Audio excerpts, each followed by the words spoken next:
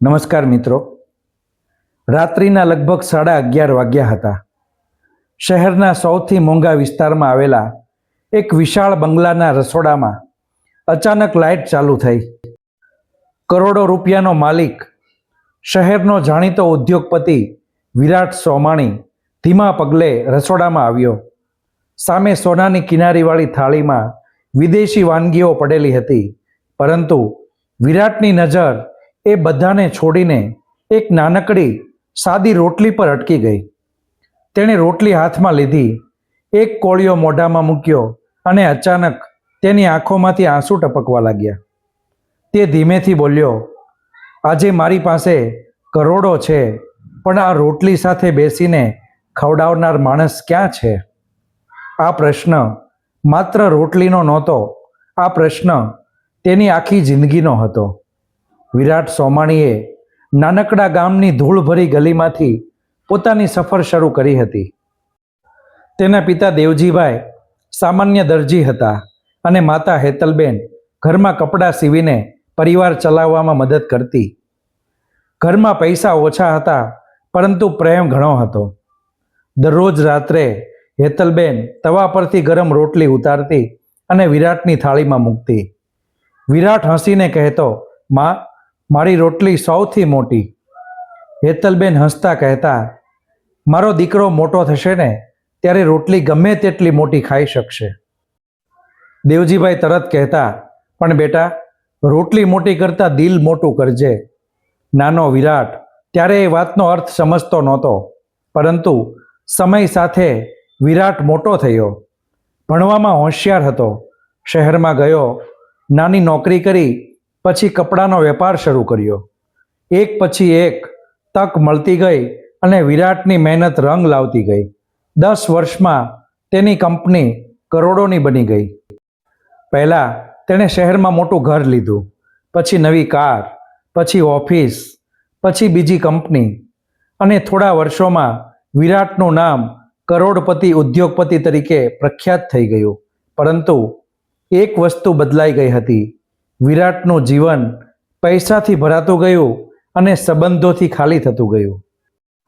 તેની પત્ની મૃણાલિની ઘણી વખત કહેતી, વિરાટ, તમે આખો દિવસ કામમાં રહો છો, ક્યારેક પરિવાર સાથે પણ બેસો. વિરાટ હસીને કહેતો, આ બધું કોના માટે કરું છું? તમારા માટે જ ને. મૃણાલિની શાંત થઈ જતી. એક દિવસ તેમની દીકરી આરોહી સ્કૂલમાંથી આવી. તેના હાથમાં નાનું ચિત્ર હતું. પપ્પા, મેં આપણા પરિવારનું ચિત્ર બનાવ્યું છે. વિરાટે લેપટોપમાંથી નજર ઉઠાવી. ચિત્રમાં મૃણાલિની, આરોહી અને ઘરના ડ્રાઈવર હતા. વિરાટે પૂછ્યું, અને હું ક્યાં છું? આરોહીએ નિર્દોષતાથી કહ્યું, પપ્પા, તમે તો હંમેશા ઓફિસમાં આવો, એટલે ચિત્રમાં આવ્યા જ નહીં.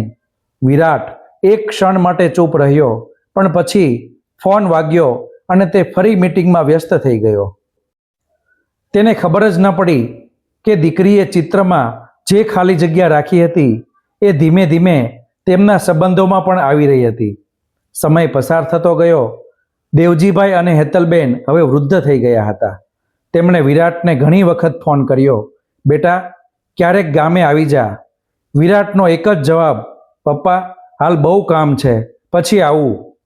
એક દિવસ દેવજીભાઈએ કહ્યું, બેટા, અમારે તારી પાસેથી કંઈ નથી જોઈતું, બસ તારી સાથે બેસીને 2 રોટલી ખાવી છે. વિરાટ હસ્યો, પપ્પા, હવે હું રોજ રોટલી ખાવા માટે ગામે આવી શકું તેમ નથી. તમને જે જોઈએ તે મોકલી દઈશ. દેવજીભાઈ થોડા ક્ષણ ચૂપ રહ્યા. બેટા, અમને વસ્તુઓ નથી જોઈતી. પરંતુ ફોન કપાઈ ગયો. આ શબ્દો વિરાટે સાંભળ્યા જ નહીં. થોડા મહિના પછી વિરાટને એક મોટો બિઝનેસ કરાર મળ્યો. કંપનીને કરોડોનો નફો થવાનો હતો. એ રાત્રે ઘરમાં પાર્ટી હતી. શહેરના મોટા લોકો આવ્યા હતા. મોંઘી વાનગીઓ હતી, સંગીત હતું, હાસ્ય હતું, પણ વિરાટની નજર વારંવાર ફોન પર જતી હતી. ગામમાંથી કોઈ ફોન આવ્યો નહોતો. અચાનક રાત્રે એક અજાણ્યો નંબર આવ્યો. વિરાટે ફોન ઉઠાવ્યો. સામે એક વૃદ્ધ અવાજ હતો, વિરાટ? કોણ? હું શાંતાબા બોલું છું, તમારા ગામની. વિરાટ તરત ઓળખી ગયો. શાંતાબા, કહો. બેટા, તારા પિતા તારી રાહ જુએ છે, તું એકવાર આવી જા. વિરાટ થોડી ક્ષણ ચૂપ રહ્યો. પપ્પા કેમ છે? શરીરથી તો ઠીક છે, પણ મનથી બહુ રાહ જુએ છે. વિરાટે કહ્યું, હું જલ્દી આવીશ. પરંતુ એ જલ્દી ક્યારેય આવ્યો નહીં. બીજા જ દિવસે તેને વિદેશ જવાનું થયું. મહિનાઓ પસાર થયા. એક સવારે ઓફિસમાં બેઠેલા વિરાટને એક નાનકડું પાર્સલ મળ્યું.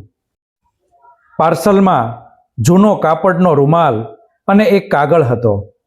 કાગળ પર માત્ર એટલું લખ્યું હતું, બેટા, તારા માટે 2 રોટલી બચાવી છે. વિરાટના હાથ ધ્રુજી ગયા.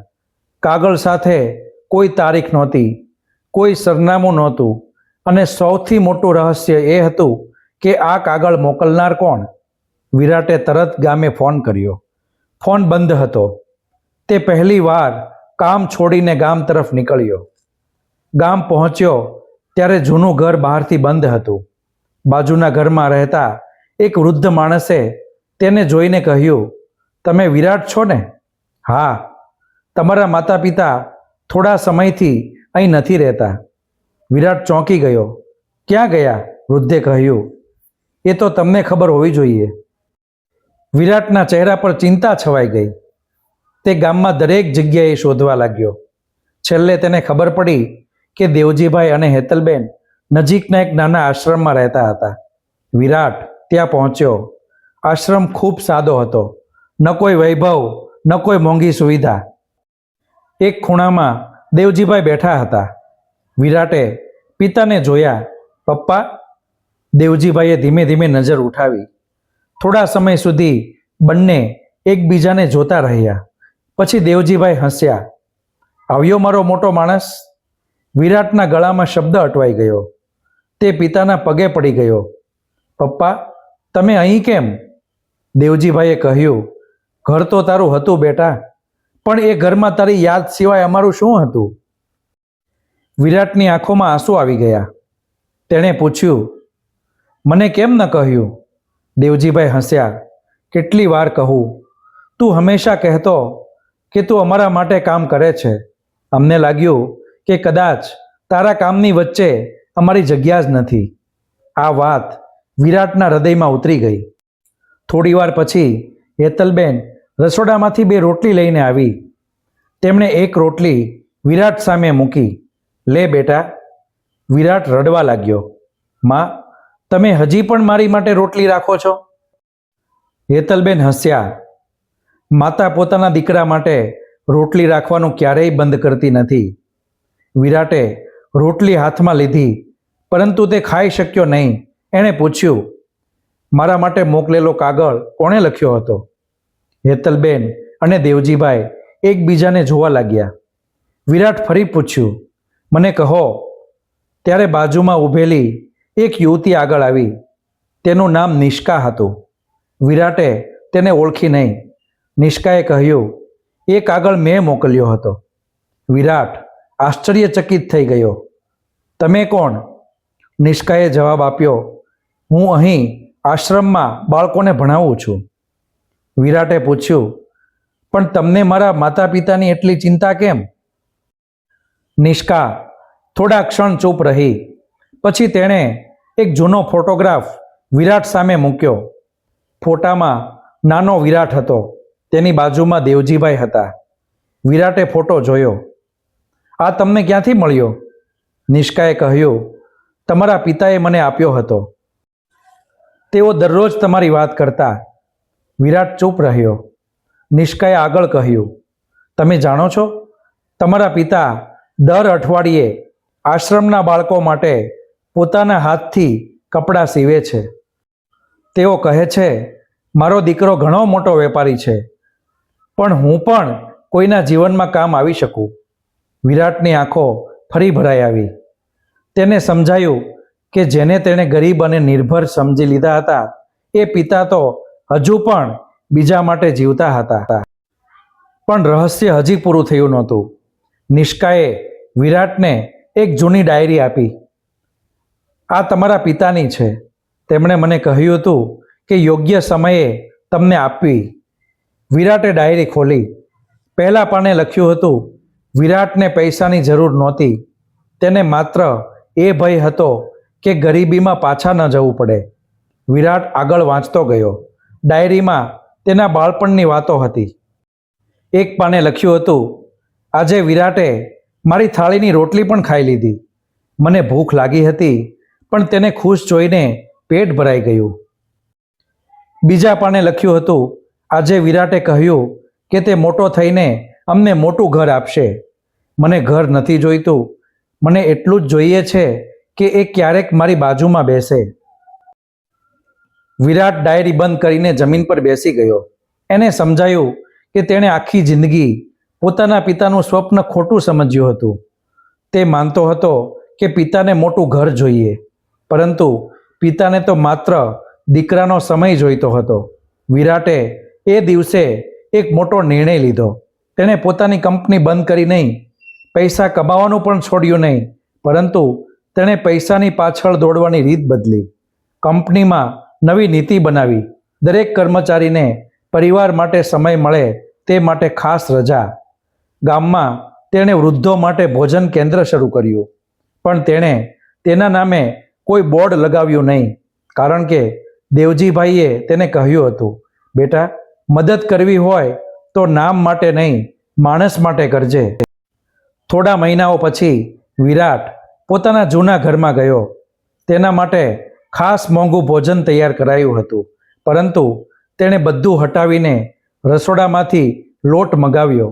તેણે પોતે રોટલી વણવાનો પ્રયાસ કર્યો. રોટલી ગોળ ન બની. હેતલબેન હસ્યા. આ રોટલી છે કે ભારતનો નકશો? બધા હસી પડ્યા. ઘણા વર્ષો પછી એ ઘરમાં સાચું હાસ્ય ગુંજ્યું.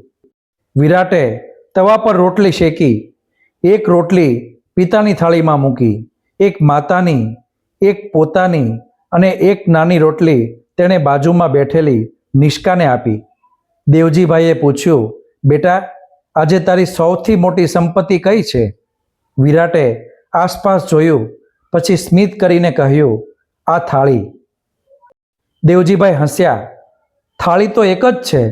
વિરાટે જવાબ આપ્યો, હા પપ્પા, પણ આજે તેમાં પૈસા નથી, લોકો છે.